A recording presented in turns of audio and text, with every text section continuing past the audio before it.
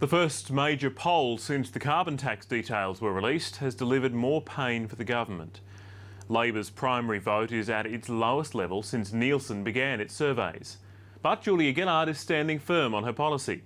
She's also received a boost from the nation's largest union, which has thrown its support behind the tax. Here's Chief Political Correspondent Mark Simpkin. Tony Abbott's feeling the love. My hero. Oh wow, thank you so much. He's 11 points ahead as preferred Prime Minister. Look, I don't comment on opinion polls, but it's pretty clear that the problem is not the leader of the Labor Party, the problem is the policy of the Labor Party. It's the first major poll taken since the carbon tax compensation package, and it suggests the campaign's hitting a wall. Majorities oppose the tax and think they'll be worse off because of it. Labor's primary vote is just 26%, a record low. After preferences, the coalition's 22 points ahead. I think the big question for political aficionados today is how soon the Labor Party's national primary vote is going to reach parity with the carbon price.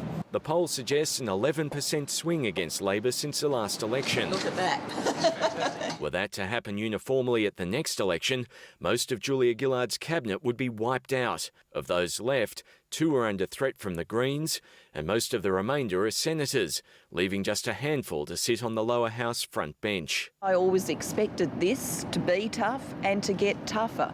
And she's determined to tough it out.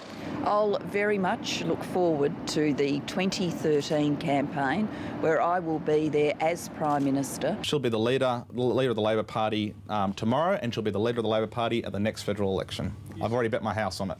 The powerful trade unions decided to support the carbon tax, despite issues with the sales pitch. It hasn't been perfect, has it? I mean, you know, blind Freddie can tell you that. Labor's consoling itself with the fact the next election's still 2 years away. And despite the poll pain, there's still no appetite for a return to Kevin Rudd. One MP said he'd rather cut his arm off, and another said he'd rather chop off